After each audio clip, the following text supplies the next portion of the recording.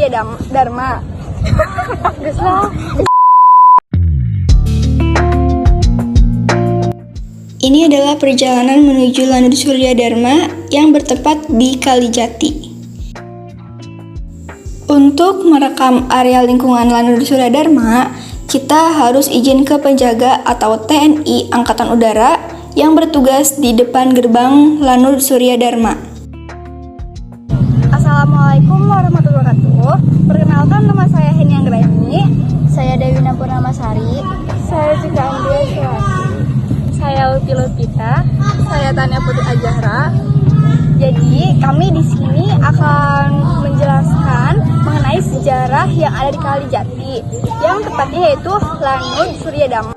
Perjanjian Kalijati merupakan hasil perundingan antara pihak Jepang dan Belanda yang ditandatangani pada tanggal 8 Maret 1942 di Kalijati, Subang, Jawa Barat.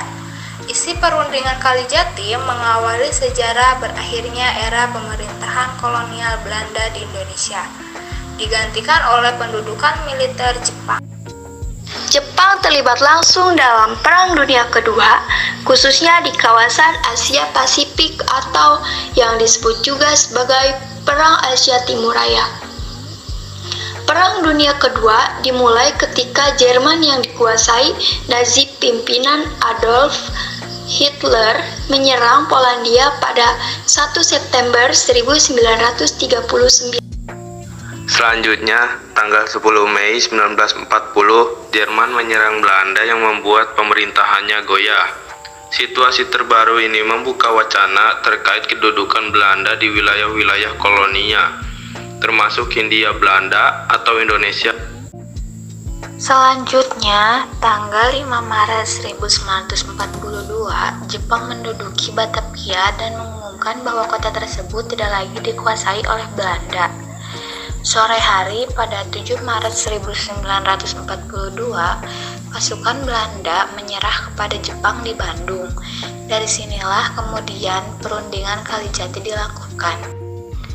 Dikutip dari sejarah pergerakan nasional dari Budi Utomo sampai proklamasi 1908 sampai 1945, 2001 karya Soeharto, pertemuan dilangsungkan di Kalijati pada 8 Maret 1942. Disepakati bahwa Angkatan Perang Belanda menyerah tanpa syarat kepada Jepang.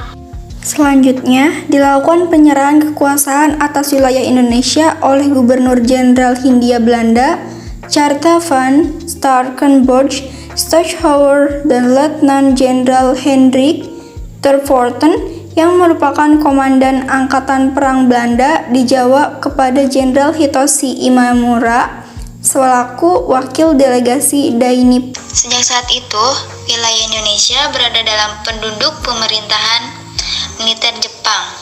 Hingga akhirnya, Dai Nippon mengalami kekalahan dari sekutu dalam Perang Asia Timur Raya yang membuka peluang bagi bangsa Indonesia untuk memproklamasikan kemerdekaan pada 17 Agustus 1945.